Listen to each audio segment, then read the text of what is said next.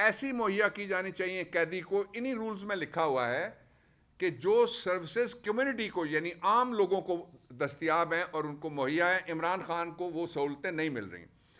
اس کے ساتھ ہی ان کی جو بیگم ہے بشرا بی بی, ان کو بھی کوئی انسانی سہولت ان سہولتوں سمیت جو خواتین کے لیے جن کی تخصیص ہے, وہ سہولتیں بھی ساری کی ساری ان کو اور ان کی اپنے کپڑوں سمیت اور ان کی اپنی ضروریات زندگی سمیت وہ مہیا نہیں کی جا رہی ہیں.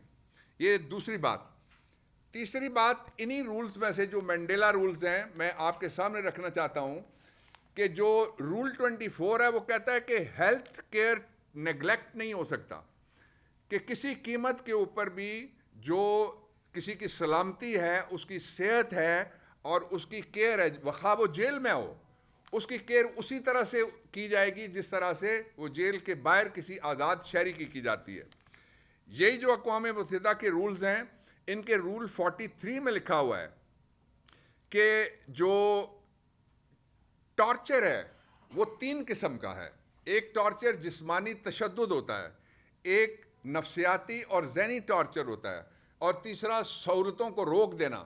کسی کے آپ پانی گندا کر دیں, وہ پانی نہ پی سکے, یہ ٹارچر ہے. کسی کو ورزش کرنے کی اجازت نہ دیں, یہ بھی ان رولز کے مطابق وہ ٹارچر میں آتا ہے. اور یہ وہ رولز ہیں جن کے بارے میں ایک ٹریٹی ہوئی ہے, ایک معاہدہ ہوا ہے بین الاقوامی, جس کے پاکستان, میں اس معاہدے کا نام آپ کو بتاتا ہوں, اس کے دستخط ہیں پاکستان کے. یہ 16 دسمبر 1966 کو یہ اقوام متحدہ کی جنرل اسمبلی میں پاکستان نے اس کا ساتھ دیا تھا, اور 23 مارچ 1976 کو آ کے پھر یہ international bill of human rights یعنی انسانی حقوق کا بین الاقوامی چارٹر اقوام متحدہ کے اندر بنا, اور پاکستان نے 17 اپریل 2008 میں اس پہ دستخط کیے, اور پاکستان نے ریٹیفائی کیا اس کو 23 جون 2010 کو. اب اس سارے کا نتیجہ یہ نکلتا ہے کہ عمران خان, ان کی بیگم کے لیے جو دونوں ضمیر کے قیدی ہیں, ان کے لیے عدالتوں کے راستے بند ہیں. عدالتوں کے اندر ہمارے کیس نہیں فکس ہو رہے. ہم ارجنٹ درخواست دیتے ہیں تو ایک پچھلے چیف جسٹس تھے, انہوں نے کہا تھا کہ میں درخواست لگاؤں نہ لگاؤں میری مرضی. لگتا ہے کہ ان کا کوئی سایہ ابھی تک گیا نہیں ہے کہ کوئی درخواست لگائے یا نہ لگائے, اس کی مرضی. حالانکہ سپریم کورٹ رولز اور ہائی کورٹ پانچوں کے علیحدہ علیحدہ رولز ہیں. جب ارجنٹ درخواست جاتی ہے تو اس کو بے شک زیر اعتراض انڈر آبجیکشن لگایا جائے, لیکن اس کو فکس کرنا پڑتا ہے. وہ نہیں ہو رہا ہے عمران خان کے لیے. پھر عمران خان کا جو ایک بین الاقوامی طور پہ تسلیم شدہ رائٹ ہے, وہ آرٹیکل 10 میں ہے کہ اپنی مرضی کے وہ وکیل کھڑے کر سکتے ہیں.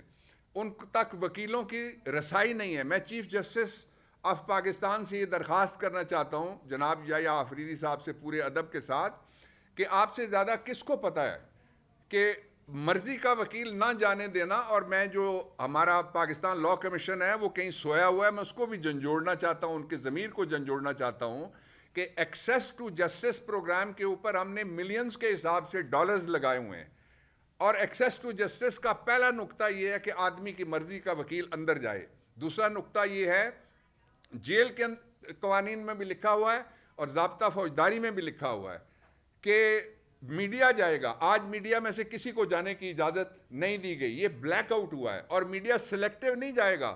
جو میڈیا جانا چاہے, ہمارا مطالبہ ہے کہ سارے میڈیا کو ایکسیس دی جائے. ہمارا مطالبہ ہے کہ جو آلٹرنیٹ میڈیا کے ولاگرز بلاگرز ہیں, جن کو لوگ سنتے ہیں سینکڑوں ہزاروں کی تعداد میں, لاکھوں کی تعداد میں, ان کو بھی اجازت دی جائے کہ وہ بھی جائیں. اس لیے کہ یہ ٹرائل فیئر ٹرائل ہونا چاہیے. جیل کی کال کوٹڑی کے نہا خانے کے اندر بند ایک شخص کا فیئر ٹرائل کیسے کیا جا سکتا ہے؟ پھر ایک انتہائی تشویشناک بات یہ ہے, اس پہ بھی میں مطالبہ کرتا ہوں چیف جسٹس آف پاکستان سے, کہ آپ نے 4 مہینے کا جو آرڈر دیا تھا اس کا نتیجہ یہ نکلا ہے کہ راولپنڈی میں جو ATC کے ججز ہیں ان کی چھٹیاں منسوخ کر دی گئی ہیں, جو ہر سال ہو رہی ہیں, 78 سال سے چھٹیاں ہو رہی ہیں, اس دفعہ منسوخ کر دی گئی ہیں. ان کو حکم دیا گیا ہے کہ آپ جا کے ٹرائل مکمل کریں. تو یہ انصاف ہوتا نہیں نظر آ رہا, بلکہ justice is being crushed, justice is being bulldozed, یعنی انصاف کے اوپر بلڈوزر چل رہا ہے اور فیئر ٹرائل جو ہے اس کا قتل عام ہو رہا ہے. میں جو آخری بات اس حوالے سے کہنا چاہتا ہوں, یہ جو انسانی حقوق کی خلاف ورزیاں ہوئی ہیں وہ بات بہت سنجیدہ ہے, اور اس کی انٹرنیشنل ڈائمنشن یہ ہے کہ ہمارے پاس دو راستے ہیں. یا تو پاکستان کی عدالتیں ہمارے لیے دروازہ کھولیں, پاکستان تحریک انصاف, عمران خان کے بچوں کی ان تک رسائی, سلمان اور قاسم کی اور ان کی فیملی کی ان تک رسائی, ان کے وکلا کی ان تک رسائی, ان کے پارٹی لیڈرز کی ان تک رسائی, یا آپ دیں گے یا آپ مجبور کر رہے ہیں, دھکا مار رہے ہیں باقاعدہ کہ پاکستان تحریک انصاف پھر اقوام متحدہ کے ساتھ رابطہ کرے. پاکستان تحریک انصاف پھر اپنا مقدمہ, اور عمران خان کے بیٹے پھر اپنا مقدمہ, اپنے باپ سے ملاقات, اس تک رسائی, access to justice, fair trial, اس کو اقوام متحدہ میں اٹھائیں. یہ چوائس میں اس فرضی جعلی نظام کے اوپر چھوڑتا ہوں, حکومت کے اوپر چھوڑتا ہوں کہ وہ ہمیں ہمارا راستہ نہیں روک سکیں گے. ابھی تک ہم نے کسی اس طرح کے انٹرنیشنل فورم کے اوپر یہ ساری باتیں نہیں اٹھائیں, لیکن میں اپنے جو ڈائسپورا ہے, ہمارے جو بیرون ملک مقیم پاکستانی ہیں, ان سے میں درخواست کرنا چاہتا ہوں کہ یہ جو میں نے آپ کے سامنے جو کچھ رکھا ہے, یا ہمارے سوشل میڈیا کے بیٹھے ہوئے ہیں دوست, میں یہ پیپرز ان کو دوں گا, ان کو وہ اپلوڈ کریں گے. آپ لازماً جو ہی آپ کو یہ کہا جائے گا تو آپ پھر اقوام متحدہ سے رابطہ کریں گے, اس لیے کہ پاکستان میں ہمارے لیے دو دیواریں کھڑی ہوئی ہیں. عمران خان کو بند کرنے کے بعد, اس کو آئسولیشن میں رکھنے کے بعد ایک وہاں آہنی دیوار کھڑی کر دی گئی ہے. دوسری دیوار 26ویں آئینی ترمیم کے عمران خان, اس کی پارٹی, ہمارے ورکرز, ہمارے لیڈرز, ہمارے عہدیدار. لاہور میں وکیل کو 10 سال قید ہوئی, لاہور میں لیڈی ڈاکٹر کو 10 سال قید ہوئی. آج ایک عدالت میں پیش ہوئے راجہ بشارت کو اٹھا لیا جس کی مذمت کرتی ہے پاکستان تحریک انصاف. اس لیے اگر یہ راستہ آپ نے آہنی دیوار دوسری لگا کے انصاف کا بند کیا تو پھر احتجاج کے علاوہ کوئی دوسرا راستہ نہیں ہے, جس کے لیے پہلے ہی عمران خان پوری قوم سے کہہ چکے ہیں. ہم جانتے ہیں کہ یہ جو اس وقت مڈ نائٹ جسٹس ہو رہا ہے اور جیٹ سپیڈ سے جو عدالتیں رات تک چلائی جا رہی ہیں, وہ خوفزدہ ہیں لوگ جو یہ سارا کام کروا رہے ہیں عمران خان کی اس کال سے. آخری بات میں آپ سے یہ کرنا چاہتا ہوں کہ آپ ایک بات ذہن میں رکھ لیں, عمران خان جیل کے اندر قید تنہائی میں پاکستان کا سب سے آزاد شخص ہے. ہم 25 کروڑ لوگ باہر بیٹھ کے سارے وہ چھوٹی جیل کا آزاد شخص ہے, ہم سارے کے سارے بڑی جیل کے قیدی ہیں. اور سب سے بڑے قیدی وہ ہیں جن کو 3.5 سال ہو گئے ہیں. عمران خان خواب میں بھی نظر آتا ہے, ٹی وی چل سے نہیں سکتا, اخبار بک نہیں سکتا, پروگرام ہو نہیں سکتا. یا عمران خان کا نام لیں گے, یا عمران خان کے خلاف کریں گے, یا اس کی حمایت میں بات کریں گے. ہر طرف صرف عمران خان ہے, کوئی دوسرا شخص نہیں ہے. یہ کیوں ہے؟ اس لیے کہ عمران خان نے اپنے لوگوں کو اکیلا نہیں چھوڑا, اور پاکستان کے لوگ عمران خان کو جو اکیلا نہیں چھوڑ رہے اور اس کا ساتھ نہیں چھوڑیں گے. دوسرا, دستور نہیں, اپنی انا توڑو. دستور نہیں, آئین شکنی مت کرو. آہنی دیوار توڑو جو آپ نے کھڑی کر دی ہے عمران خان اور انصاف کے درمیان, تحریک انصاف اور عدالتوں کے درمیان. اس کے علاوہ کوئی دوسرا راستہ ایسا نہیں ہے جس پہ چل کے پاکستان نارمل حالات میں واپس آ سکے. نارملسی, سکون, استحکام تب آئے گا جب عمران آئے گا. عمران نہیں آئے گا, استحکام نہیں آئے گا, جو مرضی کر لیں. میں چاہوں گا کہ علی بخاری بھی بات کریں. بسم اللہ الرحمن الرحیم. بہت شکریہ ڈاکٹر صاحب آپ کا جی, اور آپ سب لوگوں کا بھی بہت شکریہ جی. تفصیل سے ڈاکٹر صاحب نے ہر چیز بیان کر دی ہے. صرف میں اس میں ایک چیز ایڈ کروں کہ ابھی ہمیں اطلاع ملی ہے کہ ہمارے کچھ ورکرز ہیں جن کو آج میجسٹریٹ کی عدالت سے 6 مہینے سزا دی گئی ہے. ہم اس کو بھی کنڈیمڈ کرتے ہیں کیونکہ فیئر ٹرائل ان کا بھی نہیں ہوا, اور ان کے ساتھ کھڑے ہیں ہم جی. ہماری ساری لیڈرشپ کھڑی ہے, ہماری ساری لیگل ٹیم کھڑی ہے, اور یہ جو 26 نومبر کے حوالے سے 6 ماہ سزا ہوئی ہے جن لوگوں کو, ان لوگوں کے ہم آگے سے پروسیڈنگز جو ہیں ان کی اپیلز بھی فائل کریں گے, اور ان کے لیے باقی ہماری لیگل ٹیم جو ہے وہ ساری برات بھی دے گی جی. اور الٹیمیٹلی جو ڈاکٹر صاحب نے کہا اس کی سارے ہم تائید کرتے ہیں, اور پوری پارٹی یکجا کھڑی ہوئی اس پہ. تھینک یو جی. Open for questions. سر یہ بتائیے گا کہ جو پی ٹی آئی کے ورکرز ہیں